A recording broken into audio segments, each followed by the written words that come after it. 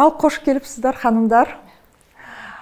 Бүгінгі тақырып бізде гендер, феминизм, айырмашылығы, ұқсастығы, өздеріңіздің тәжірибелеріңіз қандай. В целом тема такая. В чем разница между гендером и феминизмом? И какой мы опыт пережили, погружаясь в ту или иную тему.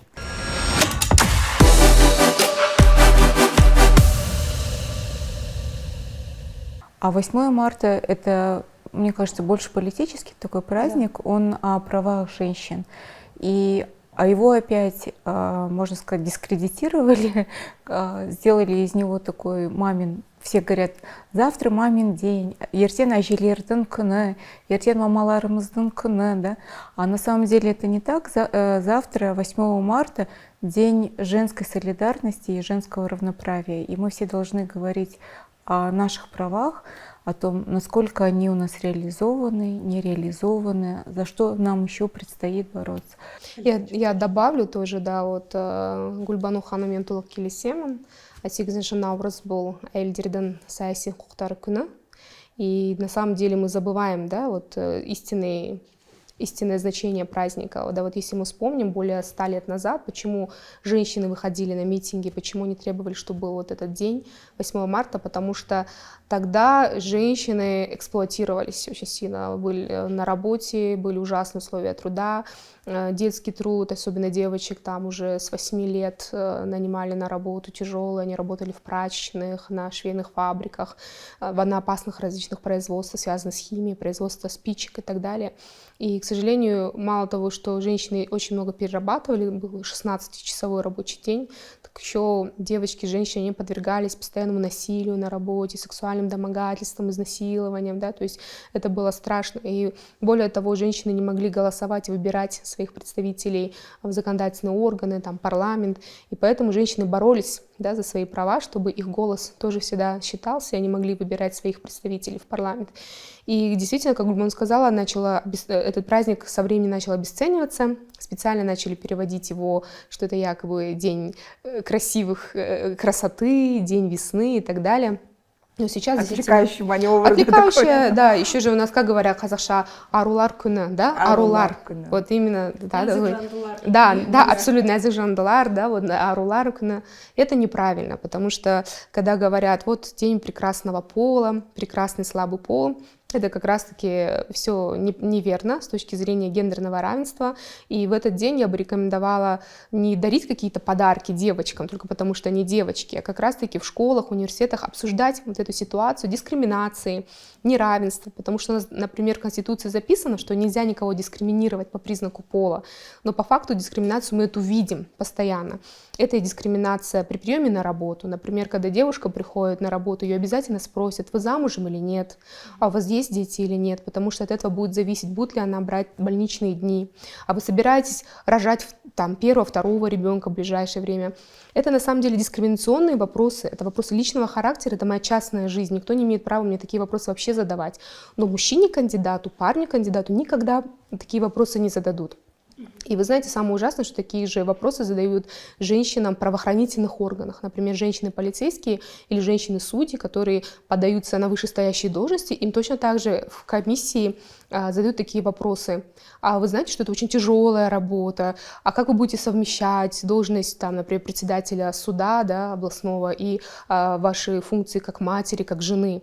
То есть вам какое дело? Буду совмещать, найду возможность, да? Арине. И вот это как раз-таки показывает, да, что вот эти проблемы у нас есть. И действительно, если бы могли вот так вот праздник отмечать не через подарки и цветочки, а через обсуждение вот этой ситуации, через признание, что есть проблема, и обсуждение решения этой проблемы, вот это было бы правильно. И, кстати, вот именно так, допустим, вот в Великобритании, в США, в университетах, в школах именно так отмечают этот день, через дискуссии. То есть у нас должен быть отдельный день феминизма, и день 8 марта, или как 8 марта остается днем гендерного равенства, а день феминизма отдельно. То есть мне же постоянно нам же постоянно говорят: ой, ты же феминистка. Да, Давайте я объясню, да, на самом разница. деле, в чем разница, да, вот, допустим, мы должны дать определение пол, гендер и феминизм, да, в чем разница, вот, и, к сожалению, вот здесь из-за того, что люди иногда правильно не понимают эти концепции, они начинают где-то манипулировать, да, то есть пол — это совокупность физиологических, биологических признаков, которые определяют,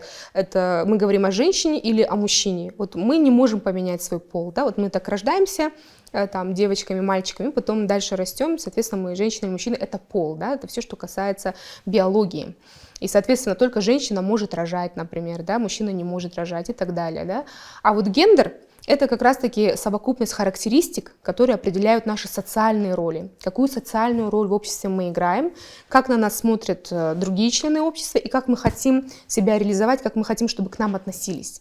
Гендер — это социальный конструкт. И это, то есть, это искусственное понятие. То есть пол — это природное понятие, физиология, да, әрине. А гендер — это искусственное такое социальное придуманное, да, понятие. И это означает, что с течением времени, через века гендерные роли у мужчин и женщин могут меняться. То есть, например, женщина, да, что означает в целом гендерное равенство? Это означает, что женщины и мужчины, они имеют право выражать себя и брать на себя такие роли, которые они сами хотят. Да? То есть никто не имеет права на них навязывать какие-то роли. Например, если женщина хочет посвятить себя полностью семье, это ее добровольное решение, на нее никто не давит, это прекрасно. Она может также быть хранительницей очага, рожать там по 5-6 детей. Да? Вот. Если она счастлива, это прекрасно. Но и в то же самое время, если женщина хочет посвятить себя политике, если она не хочет выходить замуж, если она не хочет иметь детей, это тоже ее право, это тоже абсолютно нормальное понятие с точки зрения гендерного равенства. А потом, когда мы говорим о гендерном равенстве, оно касается не только женщин, но и мужчин. Точно так же и мужчины, это их право. Хотят — женятся, не хотят — не женятся, захотят — будут иметь детей, захотят — будут всю жизнь child-free, и никто, опять же, не должен вмешиваться в их личную жизнь. Поэтому о гендерном равенстве мы как раз и говорим с точки зрения того, что и у женщин, и у мужчин должны быть равные права, равные обязанности и равные возможности в реализации себя в политической, общественной, семейной, культурной жизни. То есть об этом и говорит гендерное равенство. Вот у Гульбану прям это в практике все прошло. То есть это женщина, которая мама, и эксперт. Да, еще я очень, понятно, я же сейчас мы с Халидой кандидаты в мажилис и в маслихат, и сейчас, когда я рассказываю о себе, я начинаю с того, что я заслуженный энергетик СНГ, да, что я 20 лет проработала в энергетике, и сразу вот эти все возникают, то, что Халида сейчас назвала, а женщина энергетиком не может быть, а как в энергетике в основном мужчины, и начинают такие вопросы провокационные задавать. И вот это и есть, называется гендерное неравенство, то есть если ты девушка, то у нас очень много стереотипов, что это женские профессии, то есть бухгалтер, даже юристы у нас больше женские, да, профессии, а если ты уже инженер, то это мужская, да, профессия. И вот это все неправильно, и это все ограничивающие стереотипы. И сейчас, в современный век, когда мы говорим, что человек может все и нельзя ставить никаких ограничений, и это очень важно вот для мамам, да, у нас же подкаст для мам, чтобы они своим детям, когда они воспитывают своих детей, они не должны говорить: ой, ты же девочка, ты вот только можешь быть швеей, да, а ты мальчик, вот плакать ты не можешь, да, у нас еще мальчиков тоже очень сильно это влияет, вот именно вот эти стереотипы гендерного равенства. Ой, сен баласың ғой, неге жылайсың, сен жігіт емессің ба, вот эти все начинают говорить вещи, а потом у нас мальчики тоже страдают, да, они не могут выразить себя, плакать не могут, да, и у них тоже очень много потом появляется, проблем в жизни. И поэтому нельзя, мне кажется, вот когда ты воспитываешь ребенка, говорит: ты девочка, иди уберись, ты мальчик, там, не плачь, да, потому что мир меняется. Понятно, что мы казахи, мы все вышли из такого хорошего традиционного общества, но, к сожалению, мы уже живем в другом обществе, и это все нужно принимать во внимание. Демек, гендерлік теңдік ол ер азаматтардың да құқықтарын қорғайды, қамтамасыз етеді. Өйткені, мысалы, сіз айттыңыз ғой, қоғамда бухгалтердің қызметіне көп жағдайда қыздарды шақырады. Даже черно по белому пишет, только девочки. Да, Более ответственные, более аккуратные, да, наверное. Или то же самое в HR, то же самое вот мейкап-визажисты, да, когда мужчина хочет быть, просто делать визаж, заниматься визажем, да. Все начинают над ним смеяться. Да. Дискриминируют. То есть, добиваясь гендерного равенства, мы добиваемся и чтобы мужчины могли свои права защитить. Да, Абсолютно. сейчас мир, мы говорим, 4-я промышленная революция, и вот когда наши мамы, у них такая огромная роль, ответственность, они когда сейчас воспитывают детей, они должны понимать, это вот нам, вот мне 50 лет, да, мы уже об этом говорим, а когда вот эти дети, которые сейчас рождаются, ну, через 20 лет, когда они будут социализироваться в обществе, мир будет совершенно другой, да, и они должны понимать, что они своих детей должны готовить не к сегодняшнему дню, они должны готовить там, к 2050 году, чтобы их дети в 30 лет себя чувствовали очень уверенно в том обществе.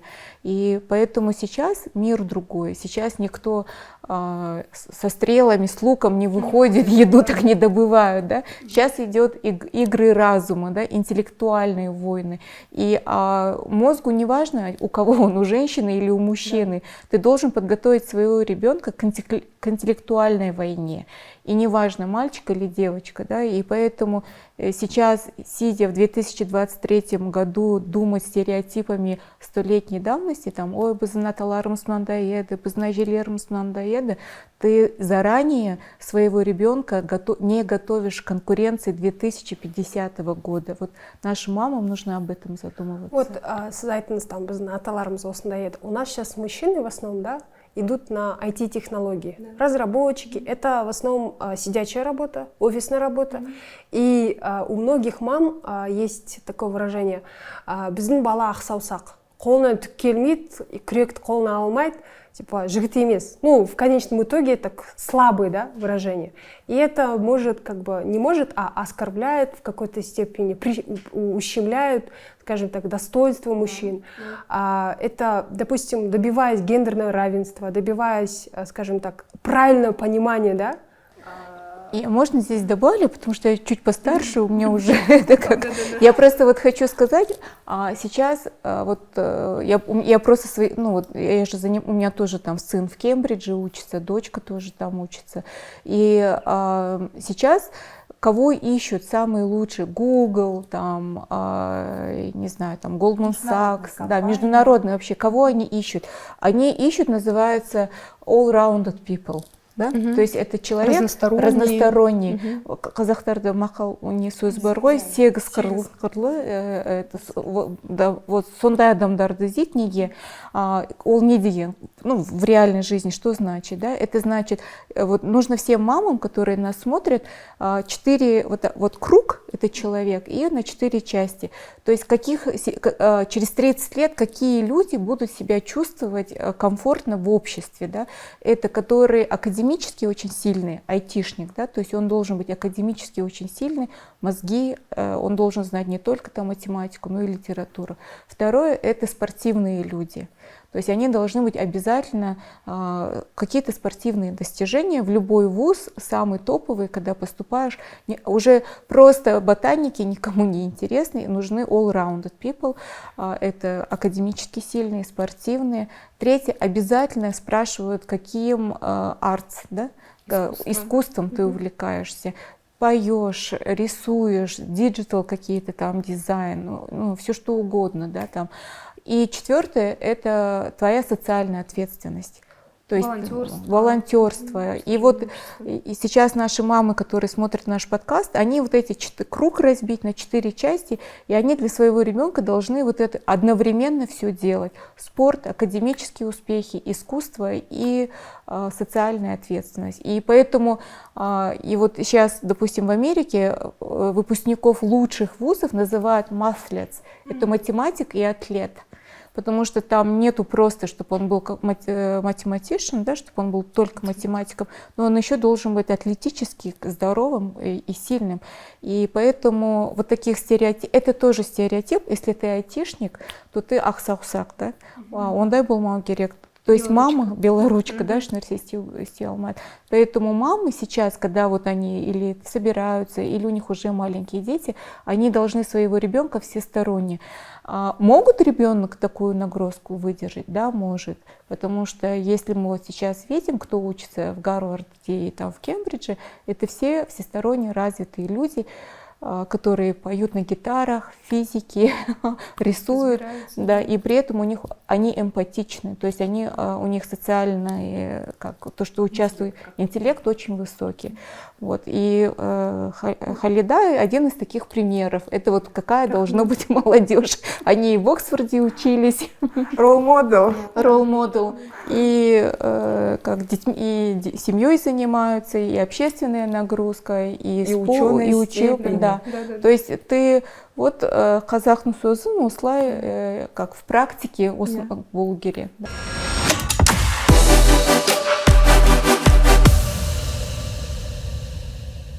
8 қырлы бір сырлы, да. Сейчас родители отдают своих детей, если это мальчик, опять-таки, в такие силовые, скажем, да, там, крест, да, судан шыққымыз келмейді. И еще с таким посылом, ертең төбелесе алғанда өз-өзіне қорған болу үшін. Өз-өзін қорғай алмайды, қасындағы кісіні қорғай алмайды. Судан қорқады да, сосын ойлайды да, ол дейтін барып күреске бару керек, боксқа бару керек, сондай бір. Вот, вы знаете, есть такая проблема, и на самом деле вот как раз-таки гендерное равенство, продвижение гендерного равенства, оно и помогает предотвратить вот такие ситуации, да, потому что гендерное равенство, оно приносит пользу и мужчине, и женщине, и это гендерное равенство помогает создавать мир без насилия.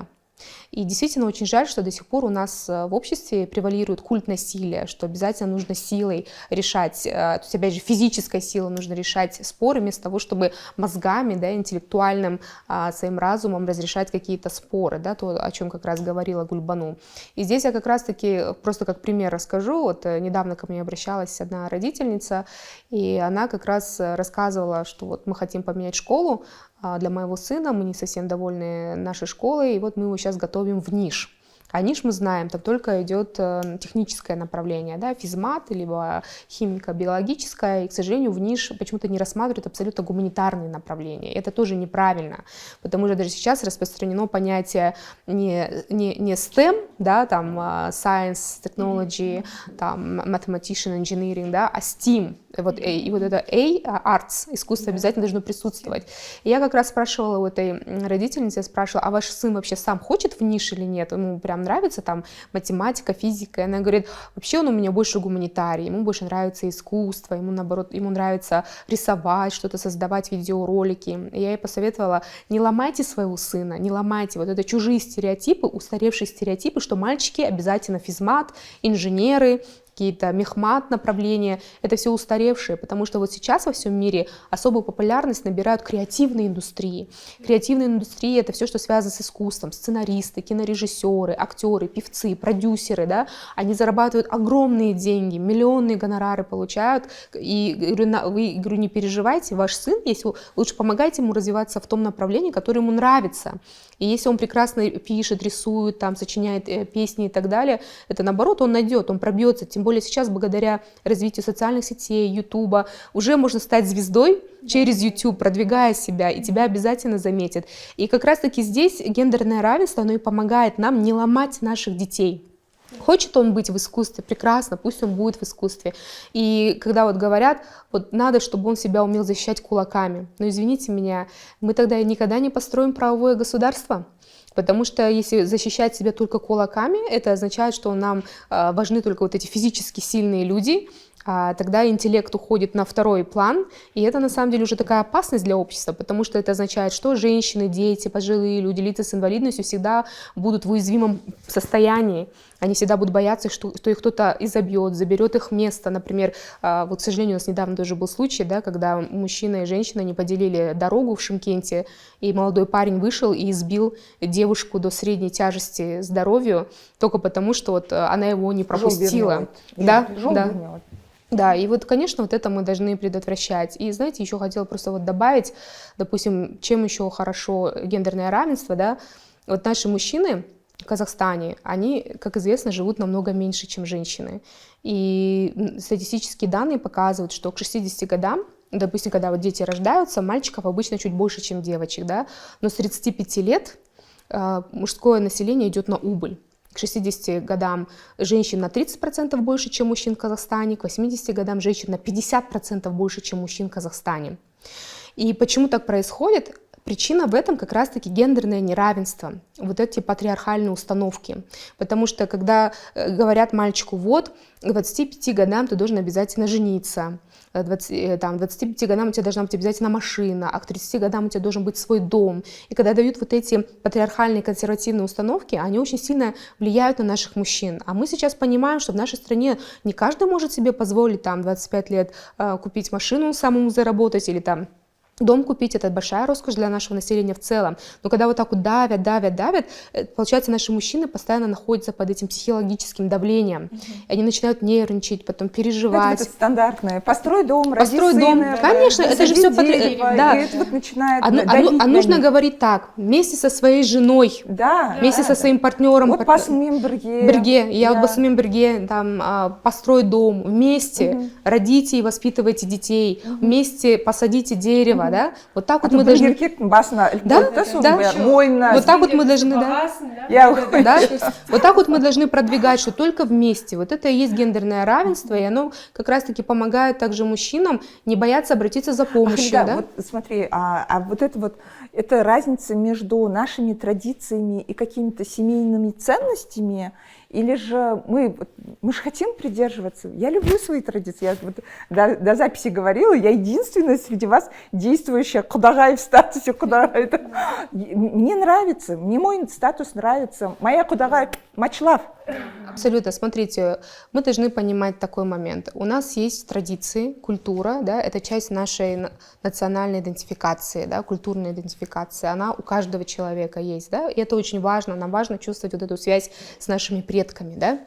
Поэтому на самом деле все хорошие традиции, которые направлены на укрепление сообщества, на укрепление семьи, и которые не унижают честь и достоинство любого человека и не ведут к насилию, они живут через века.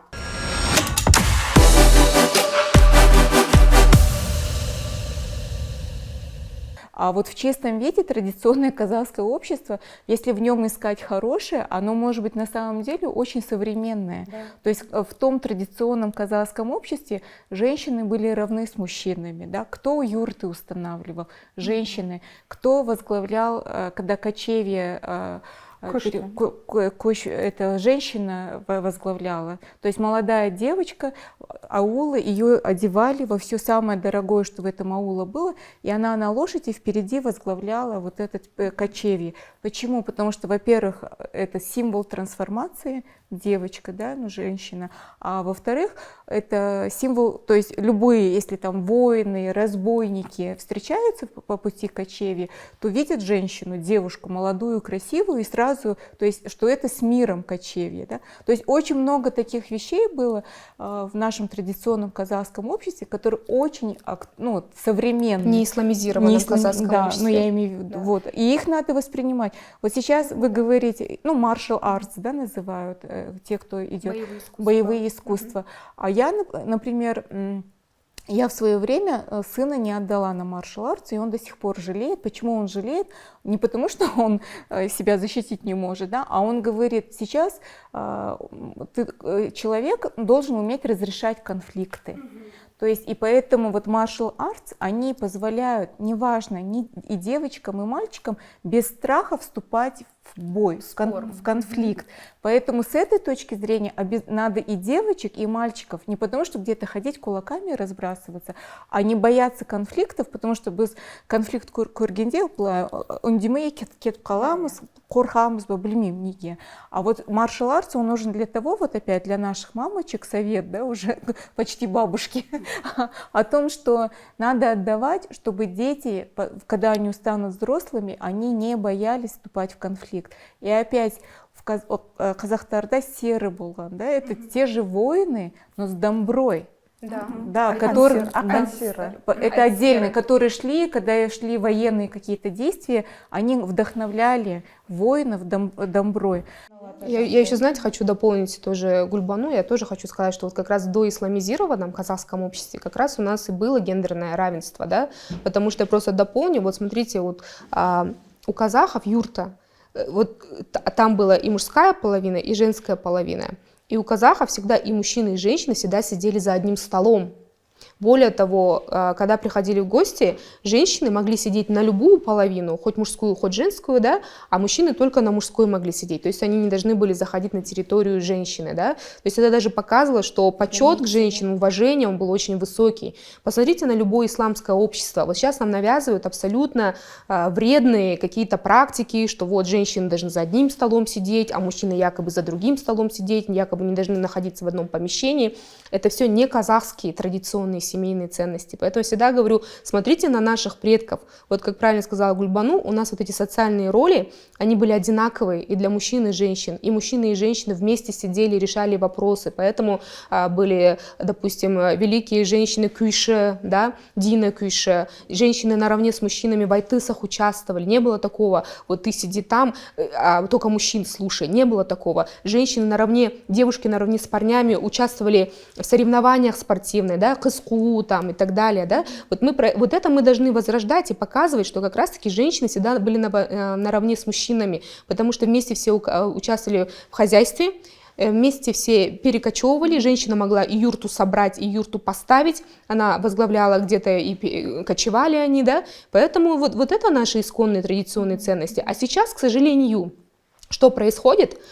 Происходит то, что агрессоры специально хотят подавлять женщин и начинают говорить о якобы традиционных ценностях, что женщина ниже мужчины, женщина не должна перечить мужчине, своему мужу. Вот типа Аллах создал нас разными, мужчину и женщину, специально для того, чтобы женщина всегда стояла ниже мужчины. На самом деле это не так, и с научной точки зрения как раз-таки трактование ислама как раз-таки показывает, что наоборот, когда об этом писалось в Коране, это соответствовало развитию общества на момент 7 века. Но так как общество развивается, то, естественно, и мужчины, и женщины, они и равны друг другу, потому что сейчас главный приоритет на интеллекте, на мозгах. И, как Гульбану правильно сказала, без разницы мозгу, без разницы, у кого быть мужчина или женщина, да? И поэтому мы должны продвигать гендерное равенство. И абсолютно нет никакого противостояния, да, между гендерным равенством и нашими национальными традициями. И вопрос, откуда агрессия появляется у мужчин? И даже у женщин же есть к таким женщинам. Допустим, я дополню, мне всегда говорили, я всегда увлекалась наукой, говорили, ол қыздың жұмысы емес, тұрмысқа шыға алмай қаласың, кәрі қыз болып қаласың и так далее. Допустим, у меня техническое образование, вот вначале вы же говорили, даже когда я училась, у нас там физика, электроцепь, там, как его, монтировали паяльником, да, мальчику ставят оценку выше, а мне ниже. Я всегда там отстаивала, боролась. И мне всегда говорили, потому что это мальчик, у него интеллект работает выше, сильнее, просто он скромный. Вот. Почему такая агрессия существует? Откуда она взялась? Да, вот причина такой агрессии – это гендерные стереотипы, которые уже заложены с детства в этих людях, и мужчинах, и женщинах. Они с ними росли всю жизнь, и сейчас им очень сложно меняться, им сейчас очень сложно признать, что мир может существовать по-другому. Гендерный стереотип для нас как ловушка. Да, мы заложники, да, мы заложники. И вот видите, как мы можем выйти из этого? Мы можем выйти только через просвещение. То есть, когда человек в течение всей жизни должен заниматься самообразованием. У нас, допустим, к сожалению, мужчины, женщины старшего поколения, вот им тяжело воспринимать что-то новое. И так наш мозг устроен, что если мы встречаем какую-то новую информацию, которая противоречит нашим устоявшимся взглядам, для нас это как угроза. Вот мозг на это реагирует как угроза, и он не собирается сразу там соглашаться, подчиняться, он наоборот будет спорить, да? Потому что для некоторых людей это очень чувствительный аспект. Это как будто бы мы должны признать, что наши родители были неправы, да? Мы в свою жизнь неправильно как будто бы жили, да? И поэтому у людей это страх. В основе агрессии всегда лежит страх. Абсолютно. Страх обесценить свое Страх прошлое. обесценить свое прошлое, да, как будто ты перечеркиваешь, как будто бы ты неправильно жил. И поэтому здесь надо всегда объяснять, и люди должны понимать, не надо бояться. Мы должны тоже меняться. Наша жизнь, она не стоит застывшей во времени, да. Да, вот 50 лет назад было так. Вот я, например, даже говорю, вот, допустим, кто-то мне говорит, вот я занимаюсь защитой еще прав детей, да, и кто-то мне говорит, ну вот нас же били родители ремнем. Значит, мы и сейчас имеем право бить своих детей ремнем. Я говорю, ничего подобного. Да, вы тогда жили, тогда была такая ситуация, но сейчас у нас появилось больше знаний благодаря науке о том, что все эти избиения, они откладывают серьезные травмы у ребенка, он потом не сможет самореализоваться. И здесь просто очень важно как раз-таки не бояться своих страхов, признать и дальше уже принимать. Бұл негізі отбасының ішіндегі тәрбиеден басталады, балабақшаның ішіндегі тәрбиеден басталады, мектептің ішіндегі тәрбиеден басталады.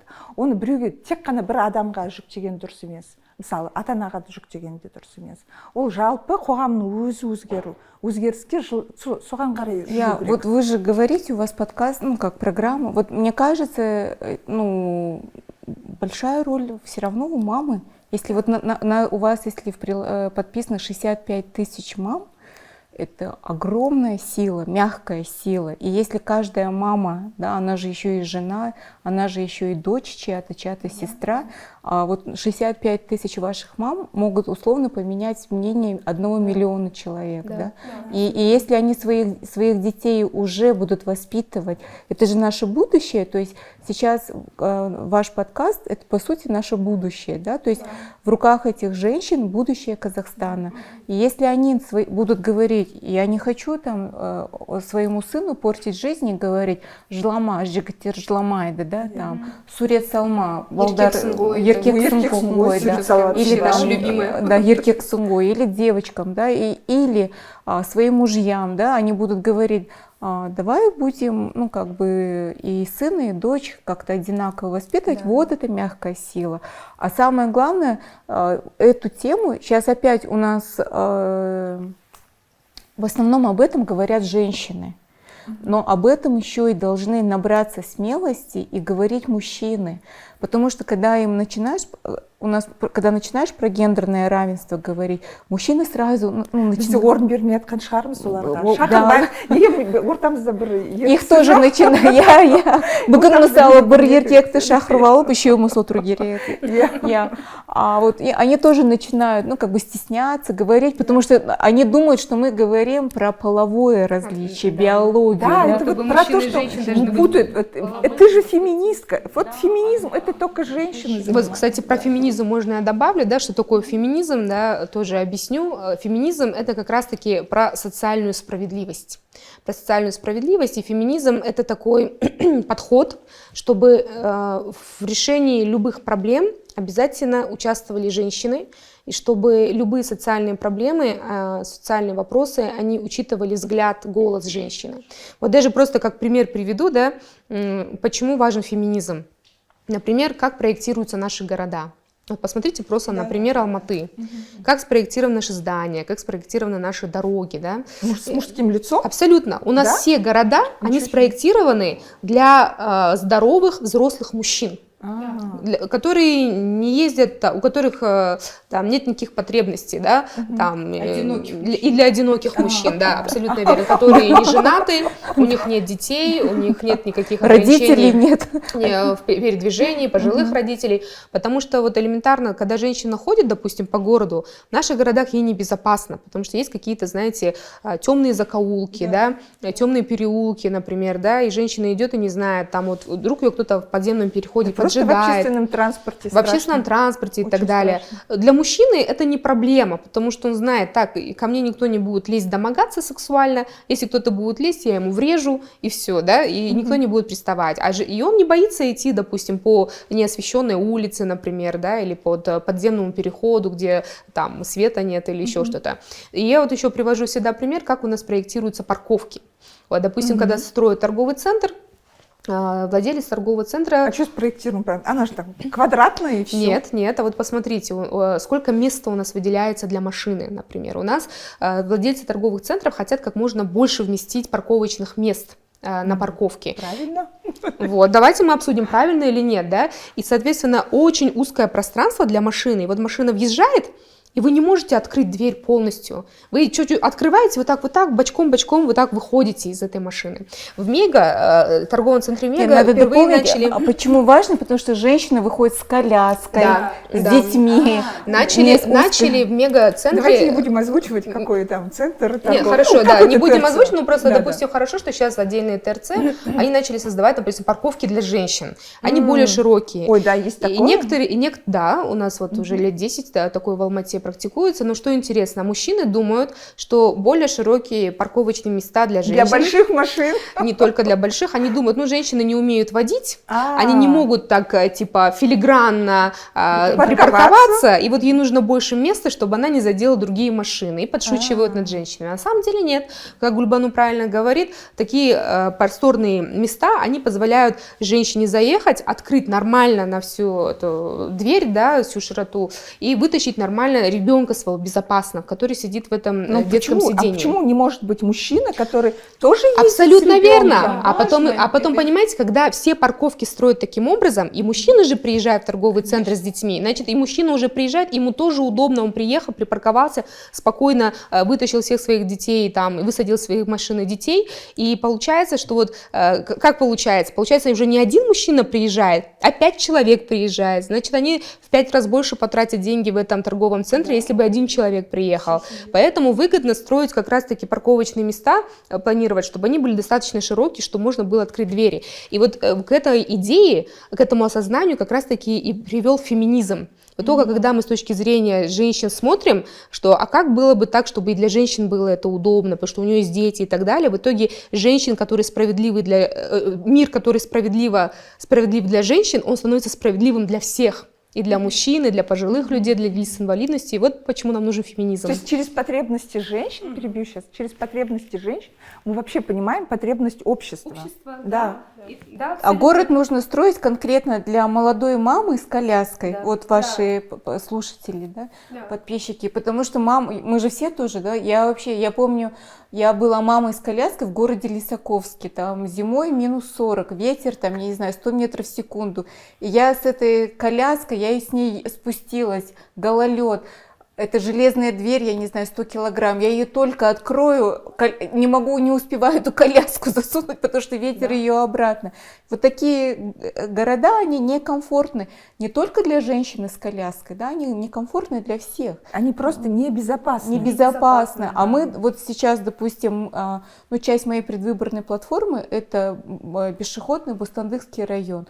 Потому что город должен быть пешеходным, то есть ты молодая мама, да, с коляской, если ты можешь в течение, ты так и так где-то 2-3 часа на улице гуляешь, но если ты из точки А в точке Б за 2-3 часа можешь вернуться, да, и спокойно, и безопасно для тебя, но самое главное, это же важно и для твоего мужа, для отца этого ребенка, да, что его жена безопасна в этом районе, что он не должен там сопровождать ее везде, защищать от хулиганов, поднимать ее коляску, спускать. Это комфортно для ее родителей, да, они знают, моя дочь там с моим внуком в безопасности, гуляют спокойно, никто не переживает, никто не стрессует, поэтому города должны планироваться с учетом того, взять, я мама с ребенком, возможно, у меня 2 ребенка, да, будет на прогулке, и я с 2 ребенками на коляске должна этот город обойти, и в автобус зайти с этими детьми, и выйти, еще продукты купить, как я эти продукты донесу. Когда эти все факторы архитекторы берут во внимание, то город становится для всех удобный. А как Халида сказала, они, наверное, так и проектируют. Это молодой, успешный парень, мужчина. Он проектирует. Архитектор, да, наверное.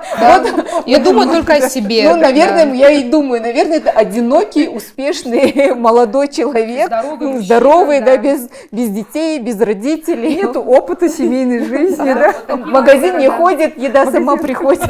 Доставка. Потом и вот опять, если мы говорим, что наш вот интервью это для молодых мамочек, вот в продолжении этой темы, вот города должны планировать для женщины с коляской, да, А еще огромный потенциал в науке, и мы это тоже должны для наших детей как бы это открывать. Допустим, вся фармацевтическая наука, все исследования, все лекарства, они строятся опять, это условно здоровый мужчина и как он реагирует на то или иное лекарство. А сейчас у науки огромный потенциал, потому что женский организм, он совершенно другой, у него есть циклы и так далее. И если и никто не знает, то есть мы когда берем вот это, покупаем лекарства, и там такая аннотация, и там все, и это все, что там написано, это было доказано с помощью мужчины среднего возраста, там, высокого и так далее. То есть все, что там написано, оно, возможно, для женщин не подходит. И поэтому в науке тоже огромный потенциал сейчас, какие-то лекарства именно уже адаптированные под женщин. Да. И это тоже большой... Вот вы же говорите, IT, диджитал, там, фармацевтика, наука и так далее, это огромный потенциал, это то, к чему, допустим, чем должны или, возможно, наши дети будут заниматься, потому что, к сожалению, опять мы вот в этом стереотипе живем, что вот даже у нас лекарства, понимаете, только на мужчинах испытаны, ну, грубо говоря, да, и вот этот целый пласт науки, он тоже, это огромные возможности для наших детей. То есть, если мы будем 8 марта отмечать как не праздник тортов и цветов, да, а именно посвящать День равноправия. И вот я думаю, и мальчики, да, и если они хотят, они не должны дарить торты и открытки своим девочкам, да. Нет, не в этот день. В этот день они должны выступать с докладами. Да, поддержку. Поддержку. С равноправием. Ну, нет, без тортов. А торты давайте отдельно сделаем. Там, вместе сделаем. Да, вместе, мальчики, девочки. А сейчас очень важно, вы же сами говорите, қалай бұны өзгертеміз, қалай болады. А вот, если, допустим, вот наши мамы, да, которые смотрят этот подкаст, и если у них есть, условно, мальчики, да, сыновья, и они скажут, я сегодня не принесу ту открытку, не тюльпаны, да, а я сегодня хочу рассказать о женском равноправии. Я хочу рассказать, как 200 лет тому назад на территории Великой Степи жили в равноправии мужчины и женщины. Да? Это, я думаю, будет самый лучший... Да, еркін елі. Это будет самый лучший подарок мальчика для девочки. Да? И это будет самый огромный вклад наших мамочек в то, чтобы вообще изменить ход истории.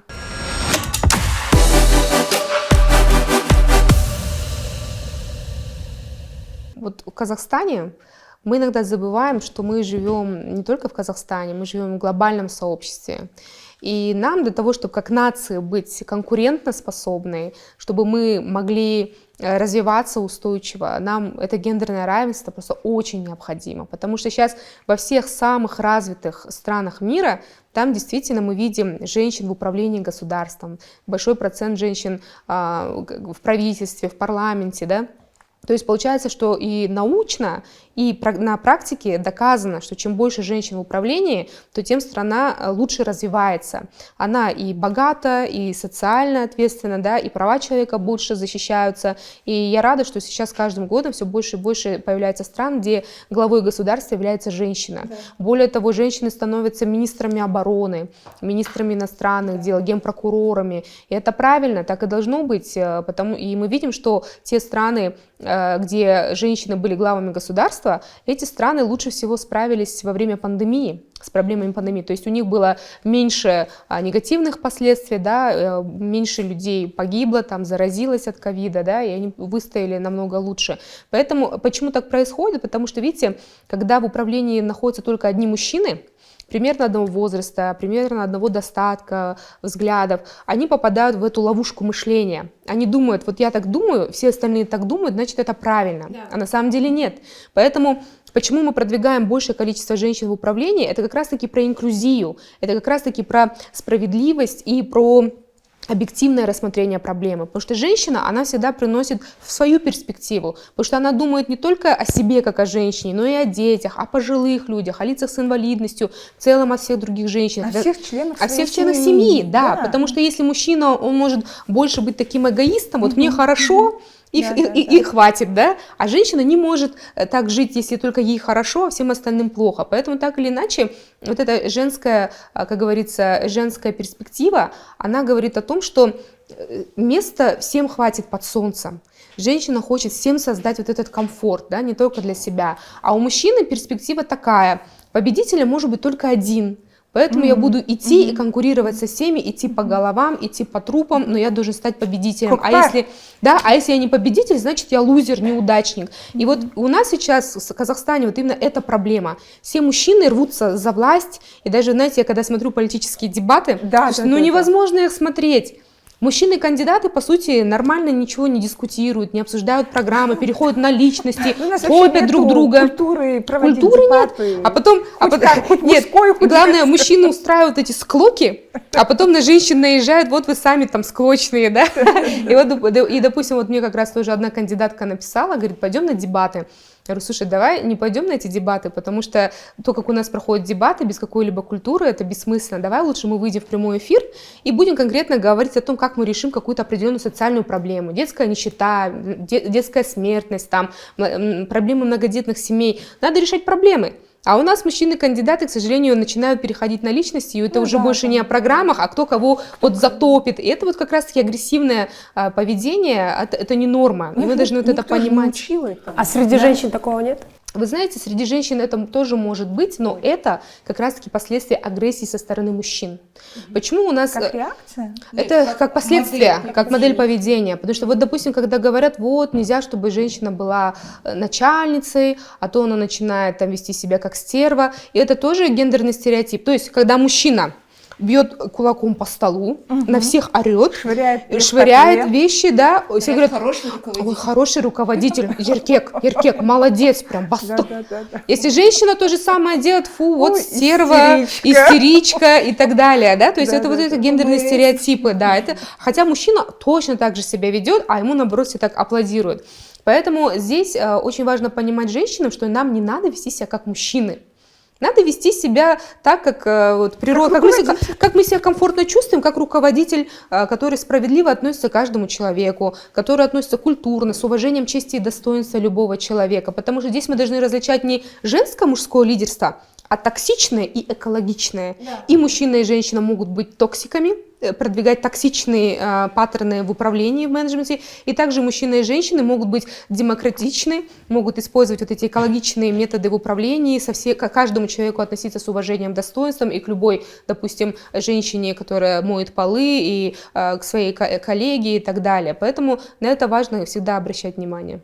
Почему важно, чтобы как раз-таки говорили, что это день равноправия женщин и мужчин, да? Потому что когда мужчины признают, что на самом деле это хорошо, когда женщины тоже начальники, когда женщины берут на себя какую-то работу. Им же лучше, потому что не все они несут на своих плечах.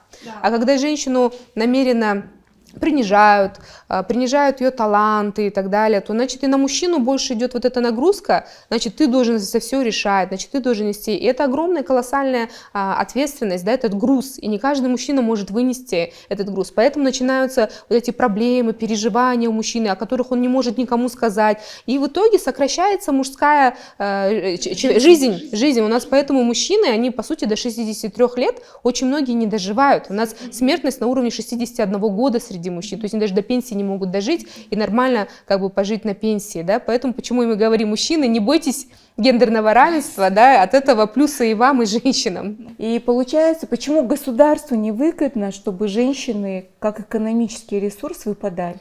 Потому что, получается, мы одинаково вкладывали и в образование мальчиков, и в образование девочек, а потом мы проинвестировали эти деньги, а потом девочкам как ресурс говорим: а теперь сидите дома, не работаете, да, и получается, замуж, да. Выходите, и получается опять вся нагрузка, то есть теперь этот мальчик, ну муж, да, глава семьи, он теперь должен в общество вернуть инвестиции и за свою жену, и за себя. То есть на нем двойная нагрузка. А если они вместе, и он, и жена вместе участвуют и в воспитании ребенка, и вместе все эти тяготы несут, то нашим мальчикам намного легче будет. Я, например, своему сыну тоже понятно, когда ты своему сыну говоришь: тебе нужно найти партнера, то я как мама тоже должна на многие идти как отказаться, да, что менің келінім не будет меня там ухаживать за мной целый день, чаем такой пермит, я имею в виду. То есть я тоже, когда своему сыну говорю... это сложно. Я буду хотеть, конечно, но в итоге я все равно, когда я хочу счастья своему сыну, я говорю, знаешь, лучше, вы же, говорю, партнеры, вы же самое главное можете разговаривать сейчас. Сейчас же мы же даже я, ну как, даже вот в моем вот колене голос благоразумия, да. он звучит через счастье своего ребенка. Конечно. Да, мы не могли разговаривать, обсуждать проблемы, а сейчас другое поколение, и вы же можете уже со своими мужьями сесть и рассказать, там, ты не права, я не права, да, у нас раньше так кто-нибудь был, да. Но я имею в виду сейчас другое время, поэтому если мы говорим, что подкаст не только он должен быть, не только 65 тысяч мам, да, еще должно быть 65 тысяч пап. Айтайын сұрайын дегеніміз 65 мың тіркелген адамның арасында бәрі әйел ма? Арасында папалар да бар шығар, тек қана мамалар ма? Да, біз әйел еркек білмейміз, номер тіркелген бойынша. Но там были случаи, когда мужчины интересовались. Мне недавно там знакомый мужчина пишет, говорит, я хочу скачать приложение, но там я не понимаю, говорит, там надо беременность, говорит, срок указать. И мы в итоге поняли и решили убрать регистрацию, просто номер вводишь и все, чтобы и для мужчин тоже было. То есть такие инсайты получаем. Вот теперь вопрос. У нас есть мамочки, пока 65 тысяч, мы хотим их увеличить. Среди них тоже есть, не тоже есть, а есть образованные и склонны к образованности. И которые, вот вы же говорили, что город нужно строить с точки зрения женщин, чтобы комфортно было женщин. Да, и женщин. Если они хотят вот внести свой вклад, свой голос, что нужно делать? Первым делом, так как мы находимся прямо в центре избирательной кампании, наши девушки и женщины, мамы должны прийти голосовать. Это первое, что самое легкое, что они на сегодня могут сделать, они могут выбрать самое простое, доступное, 15 минут времени, пройти, взять коляску с ребенком, дойти до избирательного участка. Проверить этот участок на доступность. Да, проголосовать. Конечно, неважно, там, за нас, Халидой, или за кого-то, просто проголосовать. Да? Второе, конечно, чем больше будет женщин и в Маслихате, я в Маслихат баллотируюсь, или в Мажилисе, Халида в Мажилис баллотируется, то вот такими шагами мы сможем как-то наше будущее поменять.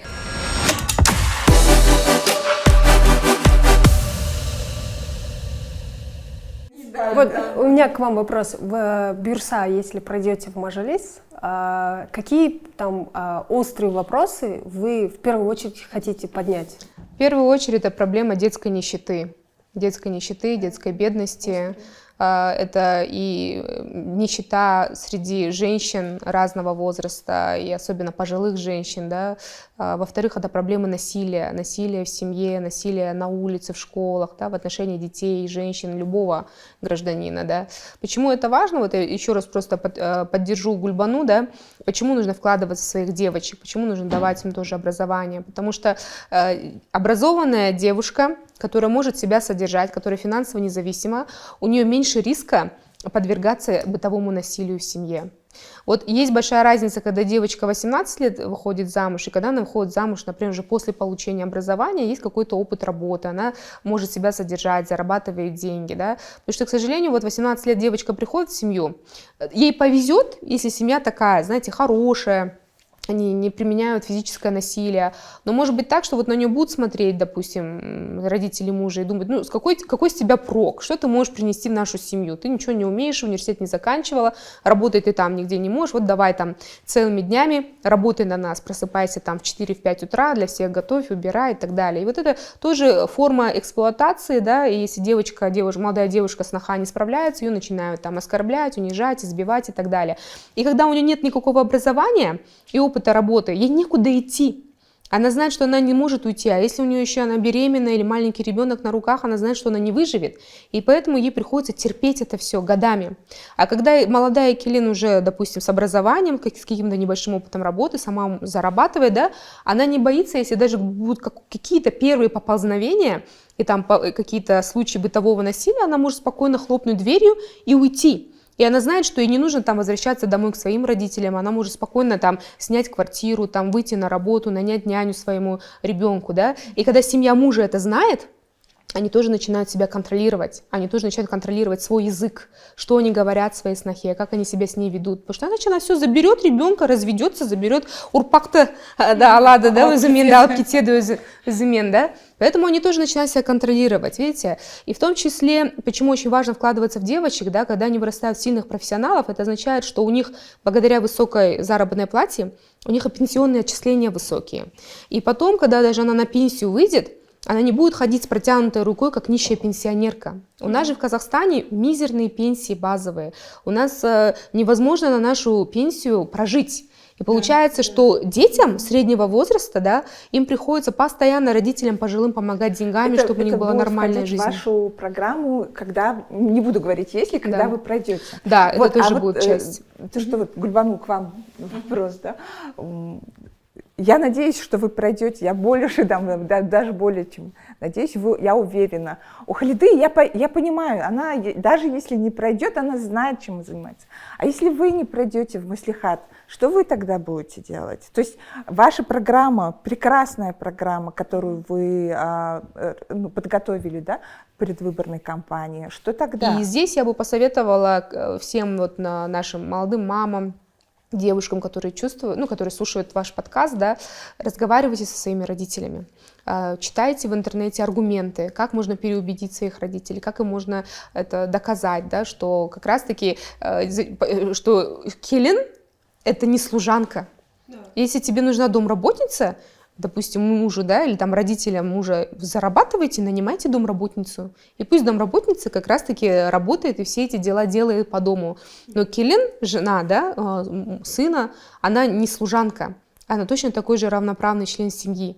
И она приходит в вашу семью, она приходит как дочь. И если вы сами не хотите для своей дочери такой судьбы, чтобы она где-то была служанкой и эксплуатировали, не надо так себя вести с келин, потому что она тоже чья-то дочь, это такой же человек, такой же ребенок, имеет право на личное счастье. И надо всегда объяснять, что счастливая мама — это здоровая мама, она может дать больше счастья своим детям, вашему сыну, да, своему мужу. Она как раз-таки, если вы будете наоборот издеваться над своей келен, да, ее эксплуатировать, ее принижать, она будет несчастна, да, и вот эта несчастная келен, несчастная мама, жена, она вот это все будет отрицательную энергетику передавать снова внукам, мужу и так далее, да, и не будет счастья, да, вот так нужно объяснять. Ну и плюс очень важно понимать семье, да, что, допустим, женщина, келин, которая приходит, да, когда она образованная, профессиональная, она может работать, зарабатывать на эту же, так сказать, и помогать с мужем вместе нанимать домработницу, да, уборщицу и так далее, няню своим детям. Поэтому нужно ценить каждого не за тот вклад, который они могут внести в семью, да, там посильный вклад или деньгами, а просто уважать честь и достоинство любого человека. Словами же не объяснишь. Бывают же такие свекровь, допустим, сен ешін алдық. Там, тур бізге чай қой. Ну, чтобы в такой момент там келин могла взять, там, набрать определенный номер. Вообще, смотрите, я изначально, да, вот, я просто даже скажу, вот, я вообще рекомендую девушкам такую семью изначально не выходить замуж. Ну зачем? Ну не выходить замуж изначально. Я, например, вот по себе скажу, вот у меня папа, мой свекр, да, папа супруга, он с юга. Жетысай, самый юг, прям как раз оңтүстік, да, оңтүстік Казахстан, да.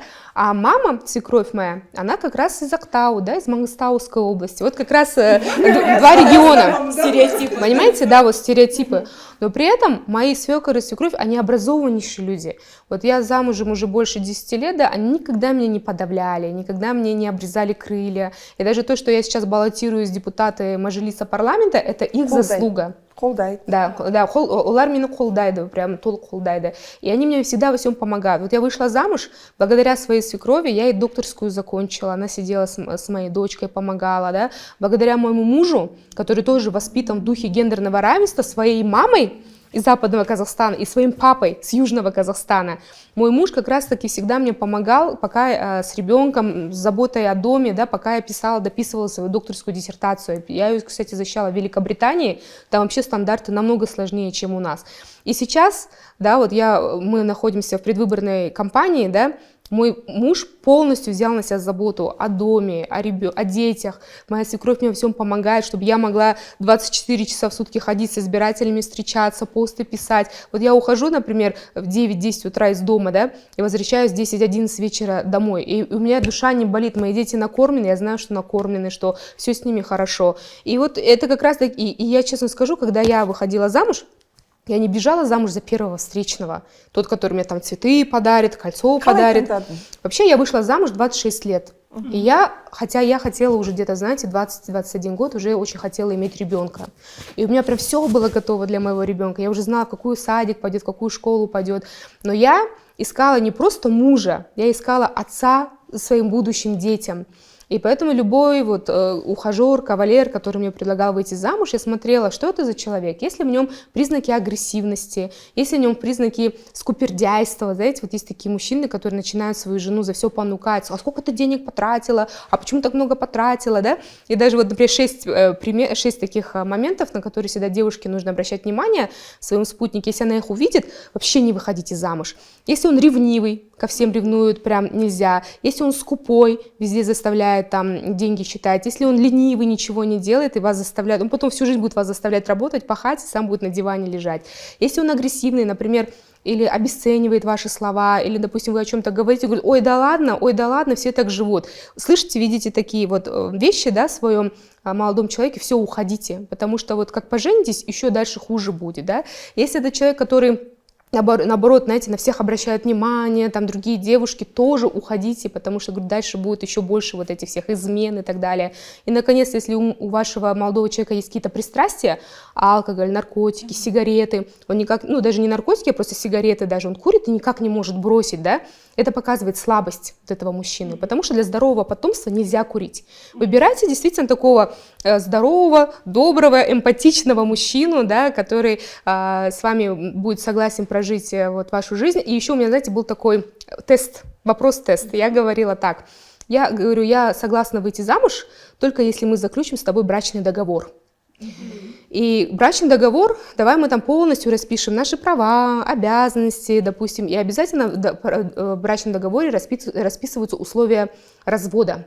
И у меня, например, я просто из-за того, что я как сама юрист, да, и я знаю, что очень много разводов происходит на почве алкоголизма, наркозависимости, либо бытовое насилие, муж жену избивает.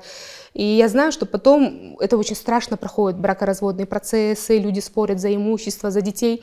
И я говорю, и в моем брачном договоре было прописано, если брак расторгается по причине того, что одна из сторон злоупотребляет алкоголем, наркотиками, азартными играми, либо совершает бытовое насилие, то имущество делится в размере 80% на 20%, 80% уходит пострадавшей стороне, и автоматически полностью опека над детьми переходит пострадавшей стороне.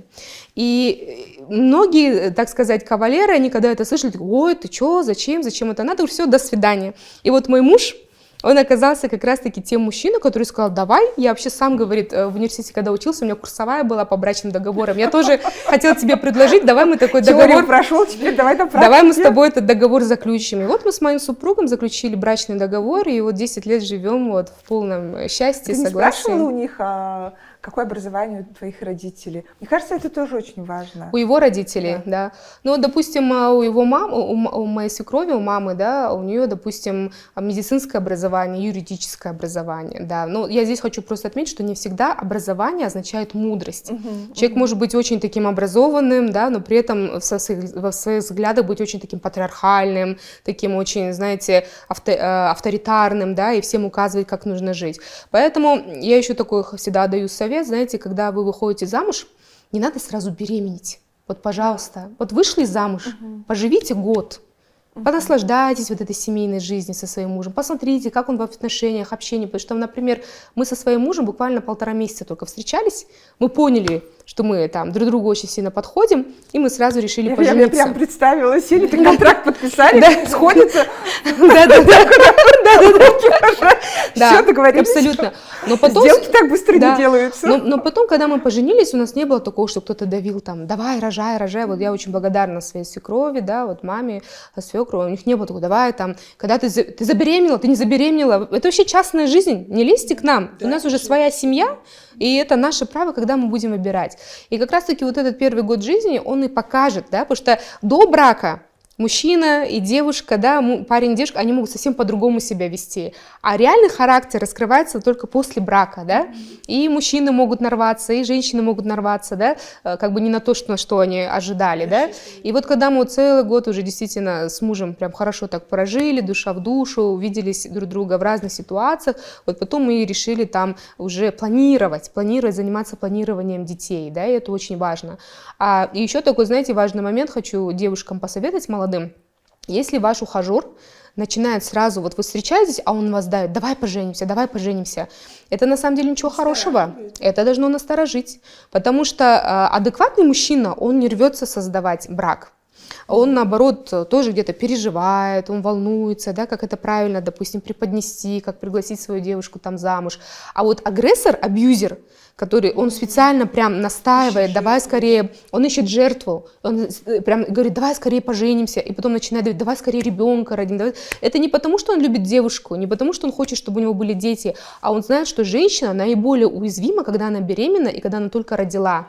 И для него это способ над ней еще больше издеваться. Это вот все проговорено, возможно ли законодательно укрепить как адм-нарушение? Например? Конечно, у нас есть, смотрите, у нас есть на самом деле административная ответственность за бытовое насилие, есть уголовная ответственность за бытовое насилие. И когда вот, знаете, когда вот, допустим, даже психологическое насилие происходит, муж жену оскорбляет, допустим, или даже жена мужа оскорбляет, или свекровь оскорбляет вот сноху, я рекомендую пострадавшей стороне сразу же вызывать полицию. У нас есть статья 73 Кодекса административных правонарушений как раз за правонарушение в семейно-бытовой сфере. Там как раз это вот прописано психологическое насилие. Но у нас, например, да, говорят так, ой, ба, это что, это же вот уят булада, там полиция на шакарма, звандама, да, вот так говорят. На самом деле нет. Вот не надо девушкам бояться, допустим, если девушки, вы молодые мамы, женщины, вы подвергаетесь насилию со стороны любого члена семьи, тут же полицию вызывайте. Потому что вы вызовете полицию, да, они будут на вас там обижаться, там еще что-то. Говорят, ничего страшного, после этого сразу прекращается любое насилие в семье. А увеличить штраф? Допустим, есть правила дорожного движения, да, мы все знаем, многие могут нарушить, но из-за того, что есть высокие штрафы, они стараются соблюдать. Конечно. А если вот предусмотреть такой штраф высокий, да, и тогда вот не только свекровь, но и келин тоже же есть абьюзеры. Конечно. Они будут будут держать думать. язык за зубами. Вы абсолютно правы. У нас бывает, что сыновья и дочери избивают своих пожилых родителей, избивают свою тещу там, или свекровь, свекра. У нас такое тоже есть. То есть мы об этом всегда и говорим, что насилие это не только там постоянно муж против жены или там свекровь против там келин, да, от бытового насилия может любой человек пострадать, и поэтому вот этот пострадавший человек не надо бояться, прям в полицию обращайтесь. И, кстати, вот сейчас вы правильно говорите, сейчас будут новые поправки приняты в административный кодекс, и если раньше, допустим, за бытовое насилие могли посадить до 10 суток, сейчас будут автоматически сажать на 30 суток. Вот руку поднял, ударил, на 30 суток будешь сидеть в тюрьме, административный арест, 30 суток это будет. И плюс еще отправят на общественные исправительные работы. Да. Қорытынды қорытынды ретінде ел боламын сен бесігіңді түзе дейді. Ал біздің тыңдарманымыздар жас мамалар болады, болашақ аналар, солардың қолында, сол алтын бесік солардың қолында. Біздің кеңестеріміз сол құлақтарына сіңсін деп ойлаймын. Рахмет сіздерге. Өте керемет сұхбат дейміз ба, подкаст дейміз ба, қалай айтсақ та, өте керемет кездесу болды. Әрқашан қуаныштымыз сізді кездескеніміз. Келесіде бір ер адамды шақырамыз ба деп ойлаймын. Бір жылдан кейін осы кездесеміз, жігітпен Неге бір жылдан кейін? Бір-екі-үш дегенде болады, да. Біздің арасында. Арамызда. Келесі кездесуде тағы да ер адамды қоссақ болады. Рахмет сіздерге. Сізге рахмет. Енді тағы да айтайын дегенім, бүкіл Қазақстан азаматтарына 19 наурызда сайлау учаскелеріне барып, даусыңызды беріңіз. Болашағыңыз үшін даусыңызды беріңіз. Да, міндетті түрде ол әйелдерге де қатысты емес, жалпы кез келген жерде партияға болсын, бөлек тұлға ретінде сіздерге сәттілік тілеймін. Және де біздің көрермендерге, әсіресе әйелдерге айтқым келеді, егер өзіңді қорғағың келсе, бізде заң бар. Сол заңға жүгіне отырып, сену керек, өзін қорғау керек, сосын үнемі білім алуға ұмтылу керек. Рахмет. Класс.